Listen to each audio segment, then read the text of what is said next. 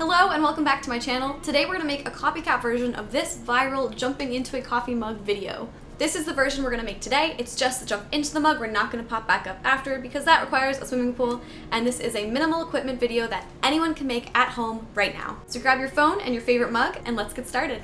All you need for this tutorial is a phone or something to film with, a small heavy object such as a coin, and of course your favorite mug or cup. First, you want to plan out where on the screen the mug will be. I decided to jump left to right into it, but you could also do this with the mug in the center if you wanted to jump from the back toward the camera. Once you know where you want it to be, move the mug out of the way so that you can get a clear shot of you jumping. I put down a pillow where I was jumping to soften the landing, since it'll be covered up by the mug anyways, but that part's optional. Then I filmed myself pretending to look into the mug and then doing a big jump. Next, without touching the camera, move the mug back into the position where you want it.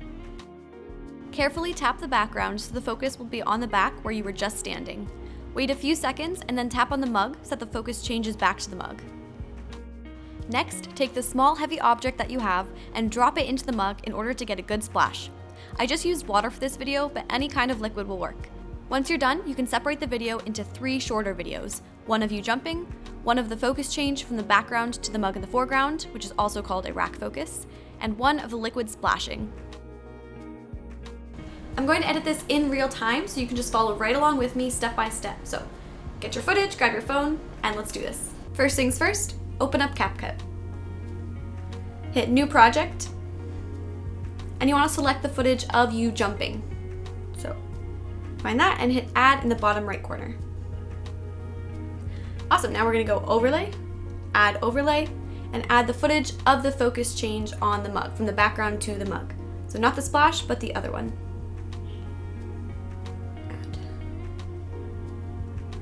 Great, now use 2 fingers to pinch and scale it up until you see that white edge around the border. That means it's snapped into place. I'm not sure why it automatically starts smaller, but it does, so. We're gonna find the spot where the focus change happens. Right there. And just before the focus change, you want to split the clip, right there. Good, so you want to make sure that the focus change is happening while you're jumping, because that's what looks most natural, as if you're changing focus from you jumping in the background to the foreground. So to do that, I'm just going to move this clip out of the way for a second so we can see the background. And it looks like a little bit earlier. So I'm going to click this, and we're actually just going to shrink from the front. We're going to press and hold on the end and then move it forwards. That'll, trim the edge of the clip. Then we can move it back a little bit until just as the jump is about to happen. So about here.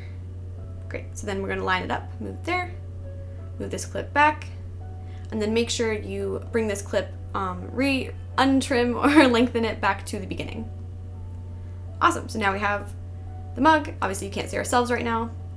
One thing that's counterintuitive about CapCut is that the layers are, they go down, so the farther down a layer is, that's actually on top of the one above it.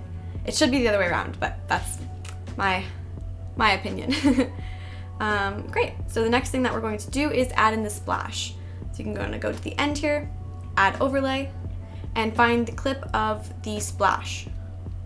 Add it in. Bring it up to scale. And then we want to find the spot just where the coin disappears. So right about here. So right as it's landing in the water. You want to split the clip and then just delete the beginning because we don't need to see it falling.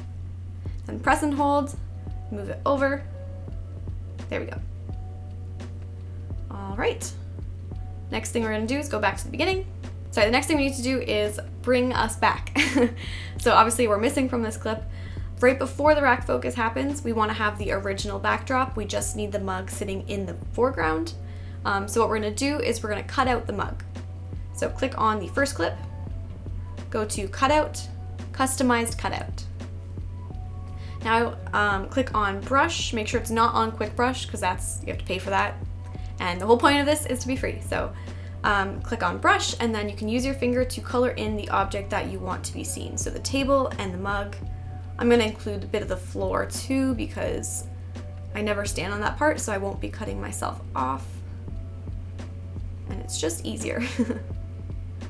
Make sure you get the edges of the mug as best as you can. It can be kind of difficult on a small screen, but it works pretty well.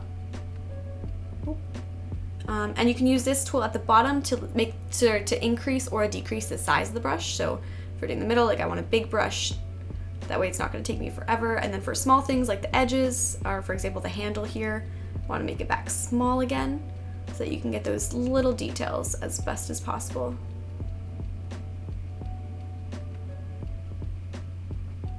Just about there. Come on, handle. I don't think there's any particular technique to this. I think just kind of have to practice. And the nice thing too is if you make any mistakes, if you go off grid, you can hit wipe, and then it acts as an eraser. So you can just erase whatever part is off of the edge or over the edge.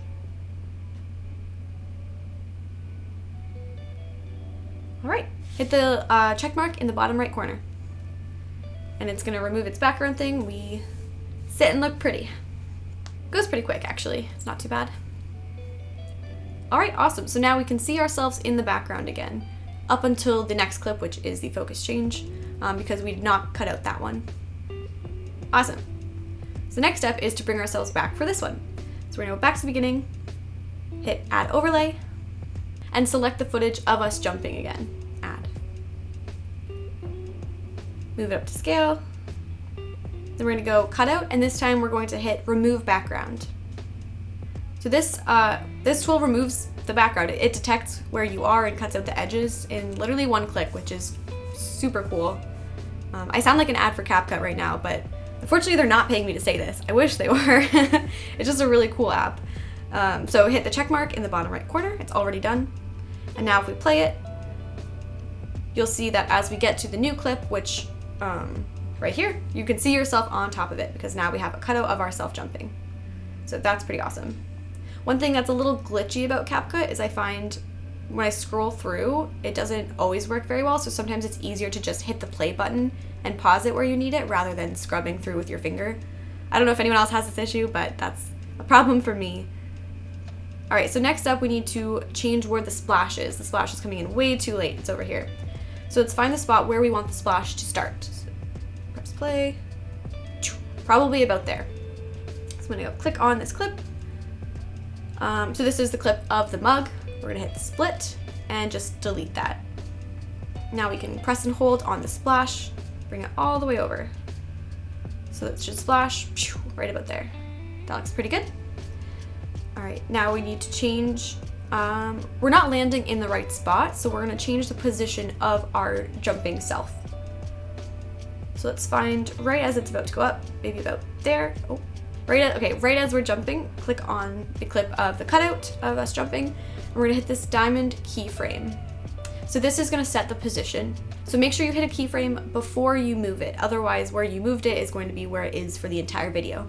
So set a keyframe, and now we can move it. So now let's scroll over to about the top, to about the peak of your jump. And let's move maybe a little bit up and a little bit over. Yeah, give us some more height. And then we're gonna scroll down to where we're landing.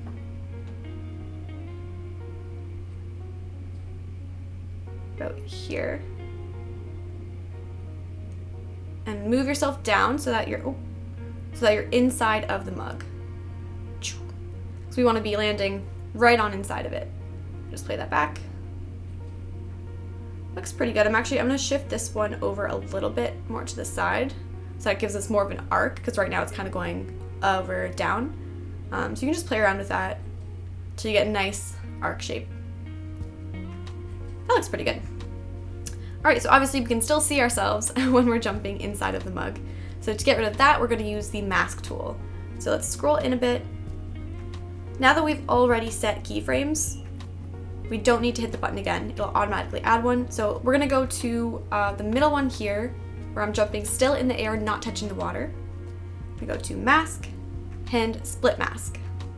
So we're gonna move it down out of the way. The reason I'm starting here instead of starting actually masking it is because the way the keyframes are is I don't know, they're just kind of funky. I found it works best if you start with whatever change you're making not happening first, and then set the keyframe with it happening. So we want this clip where we don't want the split on screen. I'm just gonna move it all the way off here.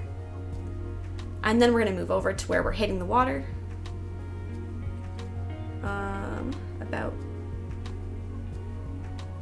Say about here. And now go back to mask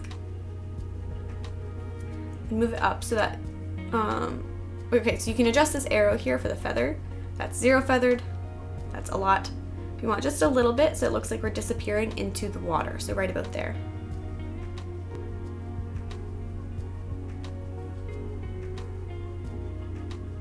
And make sure that you cover yourself completely in the end so that you're totally under the water, totally disappear into the water, I mean. It's being a little finicky right now, but there we go. Okay, awesome. So see that? Jump down and disappear into the water. We're almost done. We have one step left. So if you watch this from the beginning, you might notice there's one thing that kind of gives away that this is an edit, which is right there. The background changes depending on how the lighting is where you're filming. It might change a lot, it might change a little. Mine changes a lot. So we're just gonna hide that super quickly. If you know where that is coming from, it's easier to, you gotta find the problem in order to solve it. So where this is happening is because here the background is from the main clip of me jumping, but then all of a sudden here, when we go to the rack focus clip, this one, now this is the background. The background is from the change focus onto the mug, which had a darker background, and so all of a sudden we're going back from a light background to a dark one. So to fix this, we're just gonna fade into the dark one so that you don't really notice the change so much. So, well, let's move down the cutout clip. So press and hold and just drag it down one layer. And then we're gonna drag out the layer of the focus change. Make sure you don't move it over like I just did. And so now it's on its own layer. Let's zoom in. All right, so we want the focus, undo. So to fade it in, we're gonna lengthen this clip first. So press and hold on the end and drag it out. I'm gonna go back to the beginning. Go find where the gap is, where the gap starts, and we're gonna add a keyframe there. And now we can make a change to the opacity now that we've set it. So now we're gonna go all the way back to here. Scroll over to opacity. Where is it? There it is.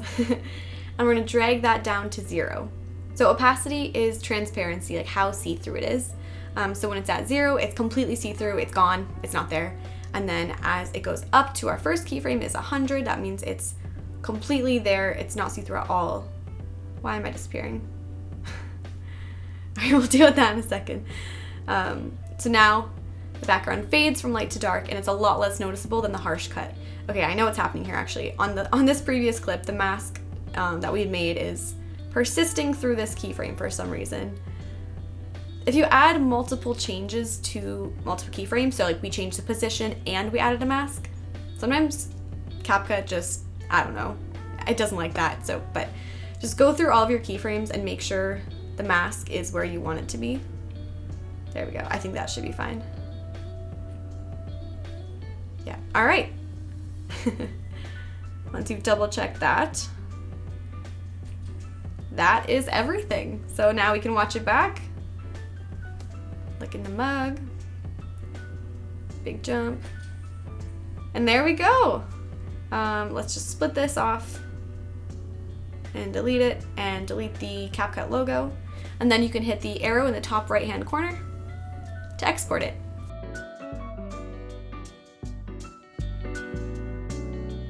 Thank you so much for watching. I hope you found this tutorial helpful, and if you have any questions, feel free to comment them down below and I will make sure to answer all of them. Don't forget to like and subscribe, and I'll see you next time.